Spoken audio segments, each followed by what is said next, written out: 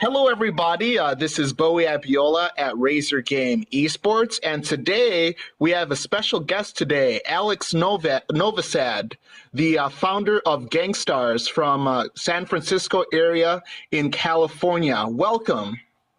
Hi, Bowie. Pleasure to be here. It's a pleasure to meet you. It's a pleasure to be able to speak with you. What got you into gaming or esports? Well, two different questions. Got into gaming when I was about 7 years old. I think I had a headache, so my dad got me to play a video game, and was addicted since then. And as I grew up, I wanted to do something in gaming, but I didn't know what exactly to do. I was a software engineer by trade, and I downloaded a game called Vainglory and really liked it at the time. And then our team went to Korea to compete, and when that happened, and I saw esports as it was in Korea at the time, which is, as you know, a couple of years ahead of the rest of the world.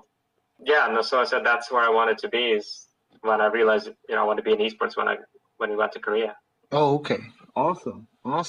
So what are your favorite video games in general? I think I like most of them, to be honest with you. I did grow up quite a bit on shooters, first-person shooters, and strategy games. And then later on, I got into adventure, role-play games, and massive multiplayer online RPGs as well. Mm-hmm. So I'd say I have a good variety. Just the game just has to have a good storyline, as far as single player, or a really good competitive interaction when it comes to multiplayer.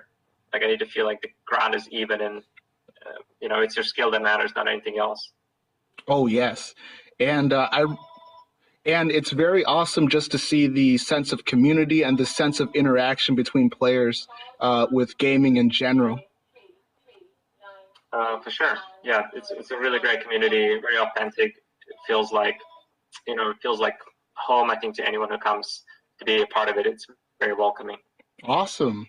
What is Gankstars, and how and when was it started? So Gankstars started about 3.5 years ago. As I mentioned, as part of my answer to esports, that's really when Gankstars started. Is when we started playing this game called Vainglory, and we started as a group of friends. But after we went to Korea, after our first win, we went to we're invited to Korea, and we went there. That's sort of when we realized we need to change this from being just a group of a couple of friends playing to become an esports organization, because that's something we really wanted to do. We're very passionate about it, and we saw that there's a future to it now. Yeah. Awesome. Yeah. Oh, continue. You were still explaining. No. Awesome. Beautiful. What is the main vision of Gankstars, and what does Gankstars do? I think the vision of Gankstars is to become a gaming brand that brings people together, right? Also a brand that entertains people, makes them feel good, and inspires them to be part of something greater than themselves, and as well as to reach for their individual goals, right? Individual excellence and sort of progress. That's in a nutshell what Gankstars is, what we want it to be to people, how people experience it, right? I think what Gankstars does is less relevant because we will be doing many things in the future. We started in esports. We are gamers ourselves, so we are not just interested in the professional level of gaming, we're also interested in the casual level of gaming, sort of that tier. For example, teaching people how to play games better, right? Using our expertise in esports to help people who are just getting into gaming or starting a new game, such as Fortnite, to help them get better at it so they have, more fun playing it and feel like they're progressing. Do you have... Oh, sorry. Fine. And, from there, you can also, we're interested in expanding into sort of a lifestyle branding area where, we produce merchandise and similar items that look good and make people feel good, right? Mm-hmm. Like, what are you wearing when you're gaming?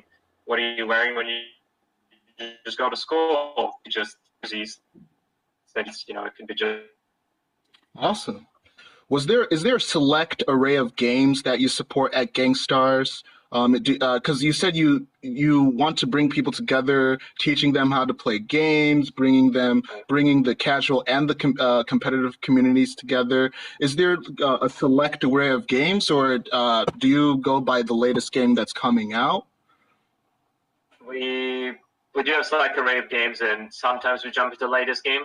But essentially, the way we select games right now is the game that we A, think is going to be popular, and B, has what we think is has a good esports side to it. So not every game that's enjoyable to play will have a professional or esports side to it, and on the other hand, not every game that has esports side is enjoyable to play.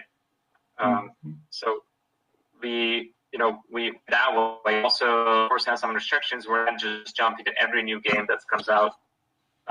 Sometimes because there's just not enough resources, at other times because you want to give that game some time to see if it actually establishes itself as as a game that people accept and it becomes a staple. But right now we play Fortnite, we play H1Z1, we play Critical Ops, which is a mobile game very similar to Counter-Strike Go on PC. We play PUBG mobile and PC as well. So we have a PUBG team going to Broadcast Royale at PAX West, and we have our Fortnite team is going to PAX West as well to compete in a $1.5 million tournament. Whoa, that's amazing! PAX West to $1.5 million tournament. Beautiful, beautiful. Are you excited for that? Of course, I'm very excited. Fortnite certainly turned these numbers up by quite a notch, so the prize pool numbers are starting to look ridiculous. Because of course you have the international happening right now as we speak, which has a $25 million prize pool, but that happens once a year, whereas Fortnite tournament seem to be $1 million range every other week. So that's quite a change for the whole gaming industry, and we hope that we can win a small chunk of it. Yeah, I hope you guys can win too. I'll be cheering for you guys. Absolutely. Thank you, sir. Mm-hmm. Who are some of your sponsors, and how do you guys work together in regards to promoting the esports scene within San Francisco Bay Area as a whole, or even throughout the entire world? Sure, good question. So we do work more globally than locally right now. We haven't started, I'm from San Francisco, and sort of that's where Gankstars started, but we have players all over the States. We have one in Canada. We used to have European teams as well. Globally, we haven't found our headquarters yet, and I think after we're fundraising right now, and after that, we'll find sort of a location where we'll call our home and our headquarters, and then we'll work more on local sponsors from there. But when it comes to nationwide and worldwide, well, first we work with Gamer Sensei.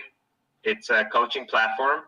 So say if you're a kid who wants to learn how to play Fortnite better, and you can hire one of our professional players through Gamer Sensei. I think it's about $18 to $20 an hour. So we had actually parents buy coaching for their kids to get the Fortnite. So that was very interesting. We actually got that covered in multiple publications, even on TV. Another partner of ours is GT Omega Racing. So we just signed with them. They provide gaming chairs for our guys. Obviously, these guys sit a lot during gaming, so they need a comfortable chair that they can sit multiple hours in a row. So that's GT Omega, and they sell worldwide. And our other two is this one is simple. So we have Twitch as a partner, so we stream on Twitch platform. And finally is Alt. Alt is a brand and they provide sort of lifestyle clothing, something I briefly mentioned earlier, where they provide us with jersey, but they also provide us with things that frankly just look cool and, that I want to wear day to day on the street that don't really look like esports things, but they still represent either Ultimate or Gankstars. Awesome. Awesome. So it's a relationship. It's like you're establishing a lot of relationship between all these esports companies, and it's like it's improving the esports ecosystem a lot. Would you say it's impacting the esports ecosystem and as far as engagement? The sponsors, so there are, there are a few types of sponsors. You know, there are obviously endemic sponsors, which are just selling a product related to esports, whether it's chairs or keyboards and peripherals, etc., or the computers themselves. They're non-endemic sponsors, and those are interesting. I think with non-endemic sponsors coming in more and more recently, they're the ones that really help expand. And you know, they both because they bring the money with them to help esports teams expand and get bigger reach, and because people who consume their products but are not into gaming, they're starting to notice. Right? You may notice Coca-Cola is sponsoring certain events in esports, and you may think to yourself, like, well, if Coca-Cola is sponsoring them, must be a big deal. And that helps bring attention to the industry. And so now those guys might be tuning in. It also gives it legitimacy, right? Overwatch League was transmitted on ESPN, Oh, and that's I'm sure that beautiful. many people watching it thought, well, what is this? It's like this, right? And I'm sure, but I'm sure it also helped to see that Toyota is sponsoring it. And even if they didn't know what exactly they're seeing, they at least thought, well, wow, these big companies are in it, so maybe it's worth checking out.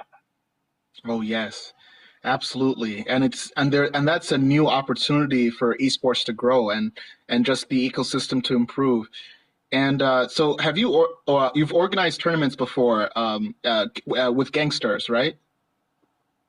We typically do not organize tournaments. We organize some community events, right? Our job is to help community come together. But as far as the bigger tournaments, they're usually organized by the publishers of the games or by a few of the very big companies that specialize in doing just that, such as ESL and DreamHack.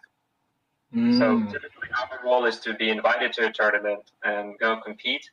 And outside of that, we do smaller events just for our fans to have connection to us, such as, for example, for our fans to play with our pro players in a more casual setting. And, we'll award some prizes, but they're nothing to speak of right now anyway.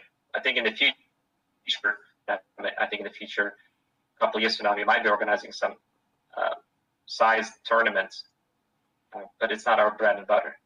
I see.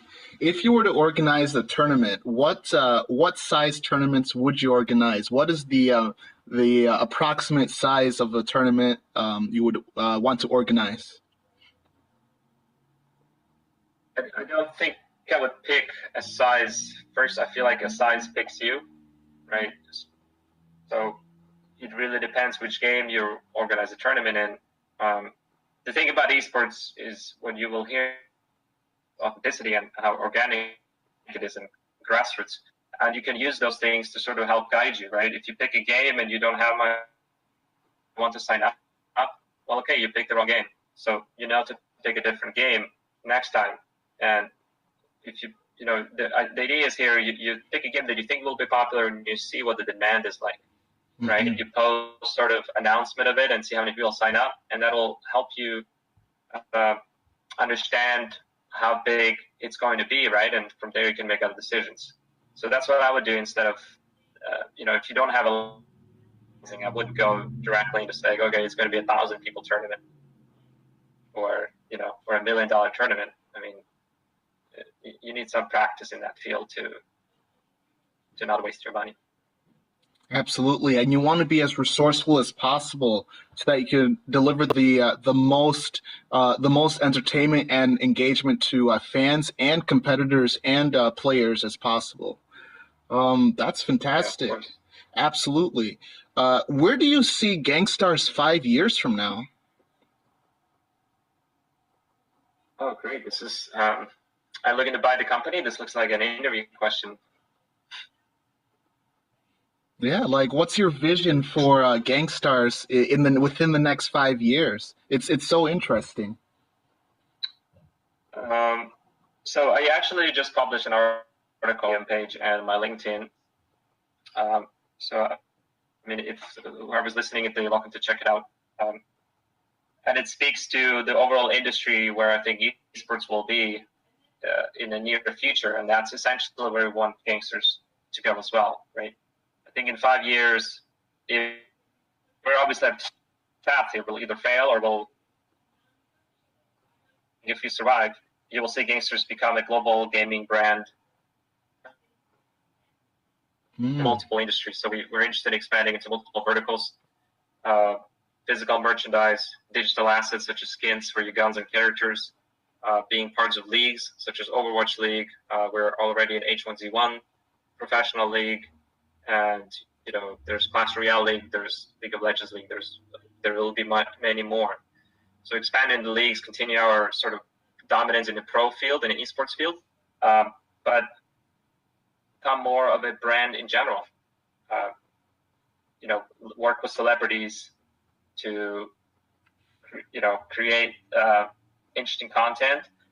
We're interested in entertainment in general, whether it's funny entertainment, sort of reality TV stuff, or tutorials where we teach people how to play. Everything related to content, we're very interested in. I think in 5 years, you'll see Gankstars have a number of properties in that area. So it's a more encompassing brand related to gaming in general. Then, I mean, there might be even some real estate play. So then it is just esports teams. Some real estate play, you said. Mm-hmm. So if you look at traditional sports, right, all those teams have real estate plays, the stadiums where they train, related bars perhaps, or places for people to hang out. So I think in esports, it will also start happening.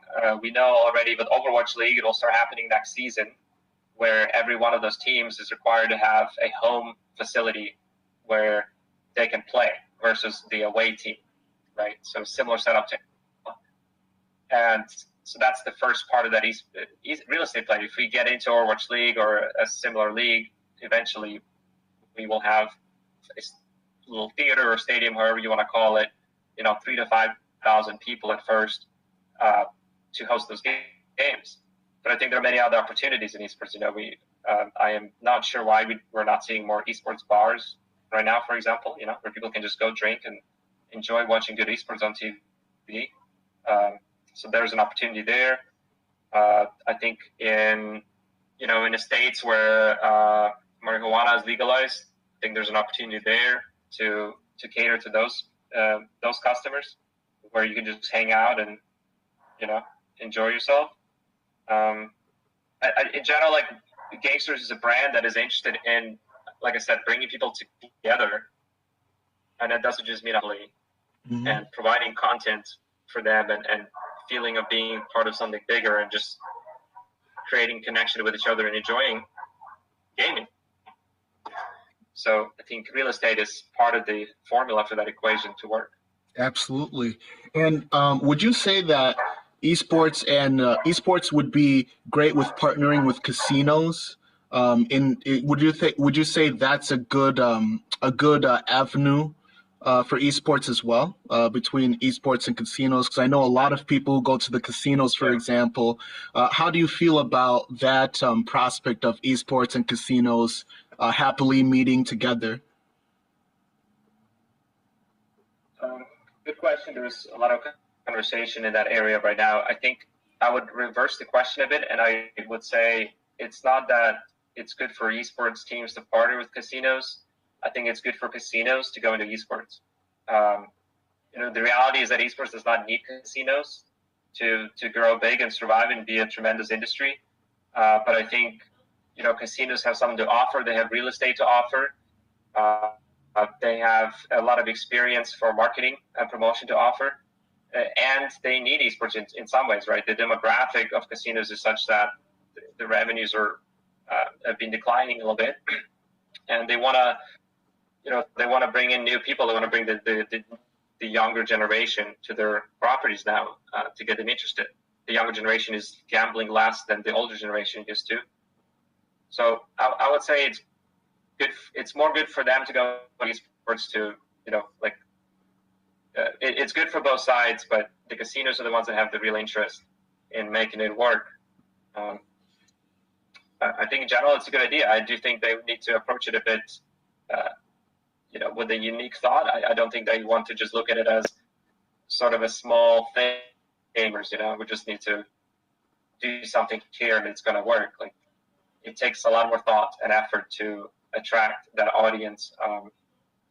But I think the rewards are great. And for those casinos or the properties that own casinos and other properties, if they look into it, I think they'll be rewarded greatly. Absolutely. Absolutely. And have you worked together with any other esports community on bringing people together? Have you collaborated with any other community to bring the community together? So, frankly, we not a lot at this time. For us, it's been mostly bringing our own fans together rather than doing a cross sort of collaboration. I think that is certainly something that will change in this coming year. I have been talking to people who lead other communities lately, nonprofit organizations and youth leagues. I'm interested in talking more to Super League Gaming, who is doing a tremendous job in a youth leagues category with certain games. So it's on the roadmap to those partnerships. It's just that so far, we're still very young, so we've been focusing mostly on our fans and our growth and making sure we have something to bring to the table before we talk about such cooperation. I see. Hopefully within the next 5 years. Hopefully. It'll be much faster than that. Oh, much faster? I look forward to it. It's going to be an exciting journey. Do you have any additional comments, advice, or anything you want to say to the gaming and esports communities in San Francisco Bay Area, the entire U.S., or even the whole world? Do you have anything you want to say to anybody in esports?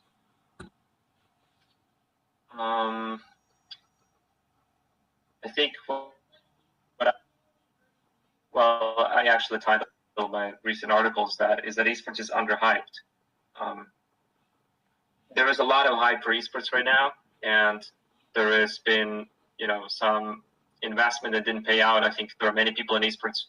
It's sort of a jungle right now, right? And there are interesting characters in this industry right now who just want to make quick money and don't really care for its long-term health.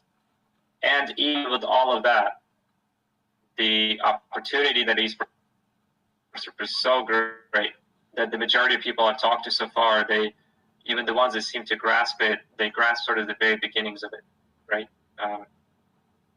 There is a lot of forest to be seen once you get past the trees here. And so I really encourage people to not be afraid to think a bit outside the box and look at esports as more than just even sports, more than video games, because it's a cultural shift. We're seeing a change in culture, more so than just the fact that they happen to play video games, right? And there's a lot behind that you can capitalize on. And so that's what I invite people to do, is to make sure they really look very. If you're looking at esports and your hair is not standing up, basically, like you're being electrified, then you're not seeing the opportunity. That there's something you're missing. Yeah, the excitement. The excitement is everywhere. I'm happy to help whoever wants to at least see the opportunity so they can make.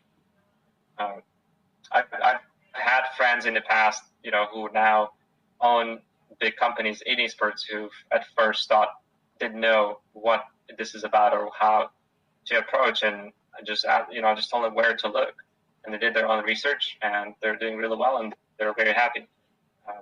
So that's what I would advise. That despite all the hype, it's really just the beginning. We're at the very tip of the iceberg, and will be one of the biggest phenomena ever in history of entertainment. Absolutely.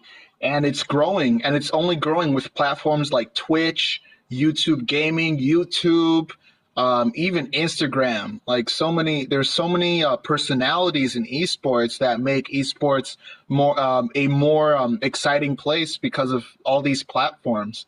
And it's just great harmony between these platforms and the communities that use them. It is just the beginning. Awesome. And it's just the tip of the iceberg. We're going to be growing. Guys, did you hear that? Esports is a growing endeavor. It's an exciting endeavor. And Alex, you guys heard it from Alex. Esports is going to keep growing. Yep. Absolutely. By the way, I think we talked a bit before, so I want to put this out there, okay, and for people just to think about it. And it's not my idea. It's I first heard it from Tobias Sherman. Tobias is one of the people behind E-League, which is one of the first televised esports competitions. And and he wrote that we should not even call esports anymore. We should call it new sports.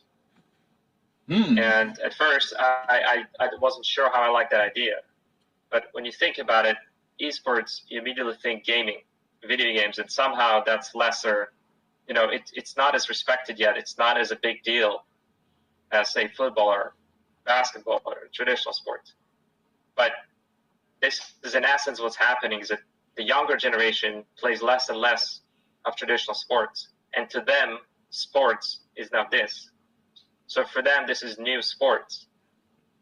Plus, if you're going to call something traditional sports, seems logical to call the opposite new sports, right? And new sports has a bigger, it just helps people understand just how big this is. Like, this isn't just video games. This is truly a new era of what it is to be an athlete, to millions upon millions upon millions of people that are growing up now, to all these people under 20 years old. Their heroes are the video game athletes, not necessarily the traditional sports athletes. And it'll continue to change towards that direction, and eventually we'll have VR and crazier things. So if it helps people, just don't even think of it as esports. I encourage people to think of it as new sports. That's very catchy too. It's a very catchy term, new sports, and it gives that emphasis on how new the community is and how new just sports in general. And before you know it, traditional outlets like big companies like TV, like on TV, and even big sports reporting companies are going to catch word of this, and they're going to push this out there. Absolutely. Yeah, correct. Yeah. Well, thank you so much for taking time to interview with us, Alex. It was a fantastic interview, very informative, and extremely excited. I am very excited for Gankstars in San Francisco Bay Area and the impact they've helped on the esports industry. And I look forward to hearing more from you guys as time goes on. Do you have anything else you want to share to the people, to the fans? Anything else? Just want to say thank you for inviting me. It was my pleasure, and good luck to you guys as well. And hopefully we'll both grow and succeed in this industry. Awesome. We'll all grow together. Thank you everybody for listening. This is Bowie Abiola at Raise Your Game Esports signing out.